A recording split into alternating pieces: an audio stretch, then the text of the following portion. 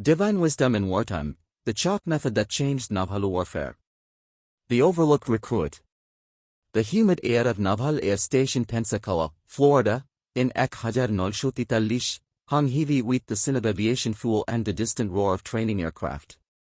For James Luther Powell, a 22-year-old black Air Force recruit from Mobile, Alabama, it was a world both exhilarating and desolating.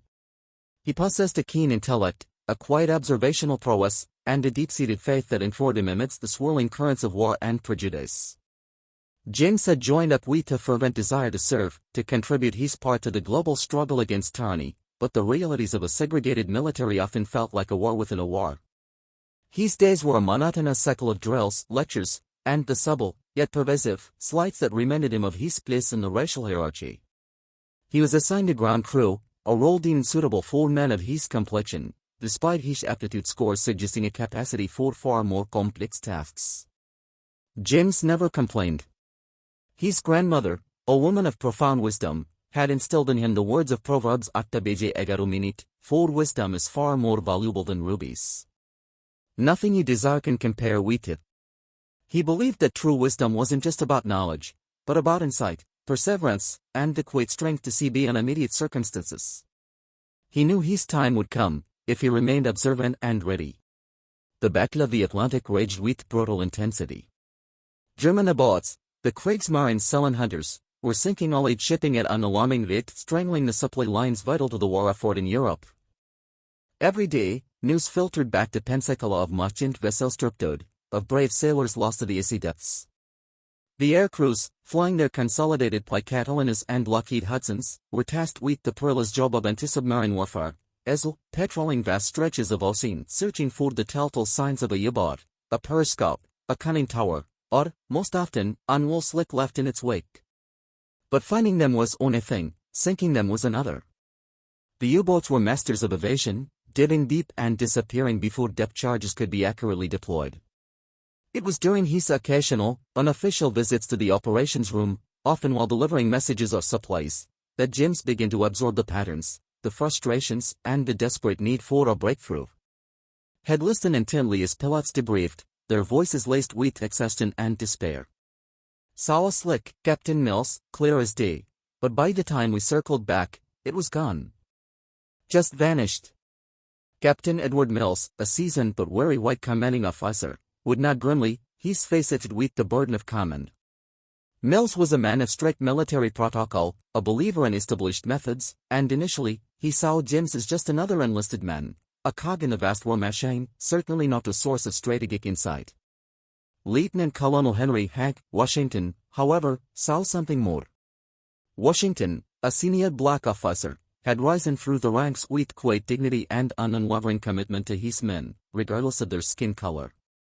He had observed James' quiet diligence, his thoughtful questions, and the way he seemed to absorb every detail. Washington had faced his own battles against prejudice, and he recognized the spark of potential in James. He became a subtle mentor, offering James access to reports and maps that were usually off-limits, encouraging his curiosity without overtly challenging the established order. "Keep your ears open, Powell," Washington would advise, his voice low. Sometimes the answer isn't in the manual. James spent hours studying the charts, correlating reported about sightings with weather patterns, currents, and the frustratingly vague descriptions of oil slicks. He noticed a recurring theme: the slicks were often spotted, but by the time the aircraft could maneuver for an attack run, the U-boat had submerged, leaving only a widening, drifting patch of oil. The problem wasn't finding the U-boat, it was marking its exactive point quickly and accurately enough for the depth charges to be effective. The existing methods, flares or smoke markers, were often too slow, too imprecise, or too easily dispersed by wind and waves. The Atlantic was a vast, unforgiving canvas, and the U-boats were ghosts, leaving only fleeting trace. The stakes were immense, every lost convoy made vital supplies, men and morale diminished. James felt the weight of it, not just as a soldier, but as a man of faith who believed that every life was precious and every effort to save them, a sacred duty. He prayed for wisdom, for insight, for a way to turn the tide. The relentless patrols over the Atlantic were a grueling awe of endurance, both for the air crews and the ground support. James, despite his official duties, found himself drawn to the flight line whenever the Picatalinas returned, their engines sputtering, their crews often dejected. Had listened to their stories, piecing together the common thread of frustration. We shall the bastard, Powell, clear as day, then poof. Gone. Dropped the charges where we thought he was, but nothing. Just a big splash and then silence. The pilot spoke of the fleeting nature of the oil slicks, how they spread rapidly, making it impossible to pinpoint the U-boat's exact location for a precise depth charge attack. One sweltering afternoon, while cleaning a section of the hangar floor, James observed a mechanic using a piece of chalk to mark a faulty engine part. The chalk left a stark, white line against the dark metal. An idea, simple yet profound, began to form in his mind. What if, instead of flares or smoke, they used something that could be dropped instantly, accurately, and would leave a distinct, non-dispersing mark on the water's surface, directly above the U-boat's last known position? Something that wouldn't drift with the wind or be obscured by the waves as easily as smoke. Something like chalk. He began to experiment in secret, using discard pieces of chalk from the briefing room. He dropped them into buckets of water, observing how they dissolved, how they left a temporary, yet visible, plume. He realized that a larger, denser piece, perhaps weighted, could create a more enduring mark. He envisioned a system where, upon spotting a U-boat or its fresh oil slick, the aircraft would immediately drop a specially prepared chalk marker. This marker, designed to sink slowly and release a visible, non-toxic dye or simply a dense cloud of chalk particles, would pinpoint the exact spot where the U-boat had submerged, allowing for a much more accurate depth charge run. His initial attempts to present his idea were met with polite, yet firm, dismissal. Chalk, Powell? Are you serious? The junior officer scoffed. We're fighting a war, not playing hopscotch. Captain Mills, when James finally managed to get a moment of his time, listened with a skeptical frown. Powell, I appreciate your initiative, but we have established protocols. We use flares. We use smoke. This chalk method seems rather unconventional, to say the least. It's not in any manual. The unspoken implication was clear. A black enlisted man, suggesting a radical departure from standard procedure, was simply out of his depth. But James was undeterred. His faith, rooted in the wisdom of Proverbs Acta Beje Egaro Minit, reminded him that true value often lay hidden, overlooked by conventional thinking. He knew his idea had merit, a simple elegance that often characterized true innovation. He refined his concept, sketching diagrams, calculating drop trajectories, and even fashioning prototypes from plaster of Paris and old fishing weights. He sought out Lieutenant Colonel Washington, who listened patiently, his eyes betraying a flicker of interest. Tell me more, Powell, Washington sighed, his voice a low rumble. Explain the mechanics. James laid out his plan, a weighted chalk cylinder, perhaps 6 inches long, 2 inches in diameter, filled with a dense, brightly colored pigment. It would be designed to be dropped from the aircraft's parachute or a modified bomb rack. Upon impact with the water, it would create an immediate, highly visible plume, marking the precise point of the U-boat's dive. As it slowly sunk, it would continue to release its pigment, creating a column of color that would guide the subsequent depth charge attack. The key was speed and accuracy. The U-boat, even after diving, would still be relatively shallow for a critical few minutes, and a precise mark could make all the difference. Washington showed the logic. He understood the desperation of the SO effort. He also understood the institutional inertia and racial bias that would make such an idea difficult to implement. It's a long shot, Powell, Washington admitted, but the situation is dire. We're losing too many ships. I'll see what I can do to get you all run, but don't expect miracles. You'll need to prove it works, unequivocally. The opportunity came during a routine training flight. Washington, pulling strings and leveraging his own reputation, arranged for James to accompany a Picatolina crew on a simulated patrol. The pilot, Lieutenant Commander Davies, was openly dubious. Sure, we're dropping glorified blackboard chalk now, are we, Colonel? He grumbled. But Washington's authority was absolute. James, clutching his prototype chalk markers, felt a surge of both anxiety and quiet determination. This was his chance. This was where wisdom, he hoped, would prove its worth. If you appreciate untold stories of black excellence in Wudui, subscribe to the channel for more forgotten heroes.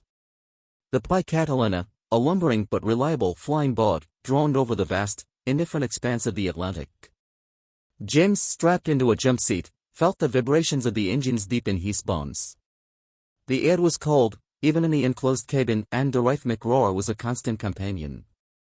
Lieutenant Commander Davies, the pilot, maintained a skeptical silence, occasionally glancing back at James with an expression that clearly sighed, "Don't mess this up." Hours passed, a monotonous scan of the grey-blue waters. Then, the call came from the starboard observer, "All slick. Bearing September Biog, approximately 2 miles." The crew sprang into action. Davies banked the Catalina sharply, bringing the aircraft around. James peered through the blister window, his heart pounding. Below, a dark, red stain sprayed across the water, a telltale sign of a recently submerged boat. "This was it. All right, Powell," Davies' voice crackled over the intercom, "show us your magic trick. We're on approach. Mark it when you're ready." James moved to the modified chute, his hand steady despite the adrenaline coursing through him. He had practiced this moment countless times in his mind. As the Catalina flew directly over the freshest, densest part of the slick, James released the weighted shock cylinder. It plummeted, a white streak against the gray, hitting the water with a small splash.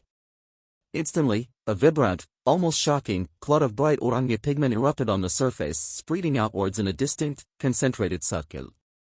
It was unmistakable, a beacon against the vastness. "Mark!"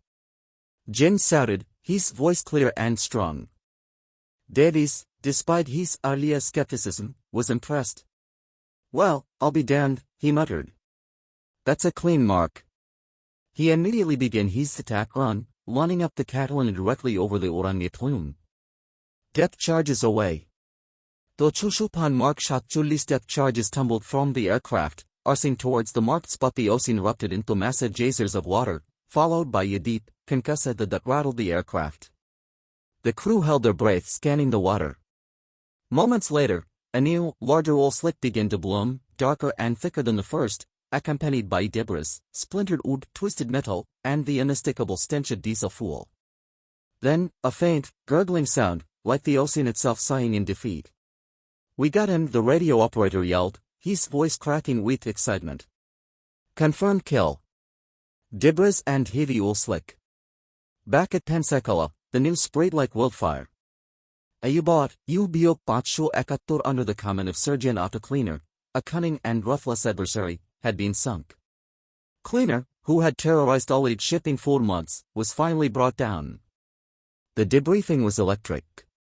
Captain Mills, initially reserved, listened intently as Lieutenant Commander Davies recounted the mission, emphasizing the precision of Powell's chalk mark. "It was like a bullseye, Captain," Davies explained, still a little stunned. "Never seen anything like it. We dropped the charges right on top of it, no guesswork." Mills turned to James, a new light in his eyes.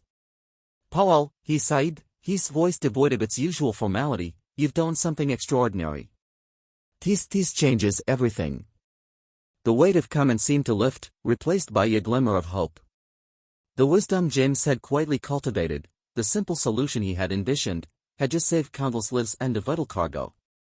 It was a testament to the proverb, "For wisdom is far more valuable than rubies. Nothing you desire can compare with it." The initial skepticism melted away, replaced by awe and respect. James, the overlooked recruit, had delivered a decisive blow against the enemy, not with brute force, but with ingenuity.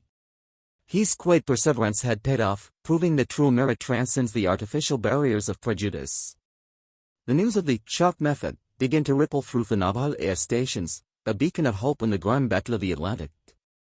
Like this video, if you believe innovation comes from unexpected places. The sinking of U-Biok Batsho Ekatur marked a turning point, not just for James Powell, but for the entire anti-submarine warfare effort. Captain Mills, now James Strongestly, championed the shock method with an almost evangelical fervor. He personally oversaw its rapid implementation across all US squadrons. Within weeks, the weighted shock markers, now officially designated Powell markers, were being manufactured in quantity and distributed to every patrol aircraft. The impact was immediate and dramatic. About sinking rates, which had stagnated despite increased patrols, began to climb sharply. Pilots, no longer frustrated by elusive targets, found renewed purpose and effectiveness. The stupid chalk trick, as some affectionately called it, was sinking boats 3 times faster than before. The simple, elegant solution had unlocked a new level of precision in naval warfare. James, no longer confined to ground crew, was promoted and assigned to a special unit dedicated to refining and teaching his method. He traveled to other naval air stations training aircrews, sharing his insights and inspiring countless others with his quiet confidence and profound understanding of the problem. Lieutenant Colonel Washington watched with pride, his early faith in James fully vindicated. See, Powell, Washington would often shy, a knowing smile on his face. Sometimes the biggest solutions come from the smallest observations. The story of James Powell became a legend within the ranks, a testament to the power of unconventional thinking and the triumph of merit over prejudice. His race, once a barrier, faded into the background as his contributions spoke for themselves. He proved that true leadership and innovation could emerge from any corner, from any individual, regardless of their background. The war, in its brutal way, had forced a revaluation of talent, breaking down some of the rugged social structures that had defined the nation. Years later, long after the war had ended and the abort threat was a distant memory, James Powell would reflect on his journey. He never sought glory, only to serve. His greatest satisfaction came from knowing that his simple idea had saved lives, had shortened the war, and had contributed to the ultimate victory. He often thought of his grandmother's words, Proverbs 8:11, for wisdom is far more valuable than rubies. Nothing you desire can compare with it. His chalk method, a seemingly insignificant detail, had proven to be a ruby of immense value, a divine wisdom manifested in the crucible of war. His legacy wasn't just about sinking boats, it was about demonstrating that innovation often lies in plain sight, waiting for an observant eye and an open mind. It was about the quiet strength of faith, the courage to challenge convention, and the profound impact an individual can have when given the chance to shine. The Battle of the Atlantic was won not just by ships and planes, but by the ingenuity of men like James Powell, whose wisdom proved to be the most potent weapon of all. His story continues to inspire, a powerful reminder that true brilliance knows no bounds, and that sometimes, the most profound solutions are found in the simplest of things. Comment below, what unconventional solutions have you discovered in your own challenges?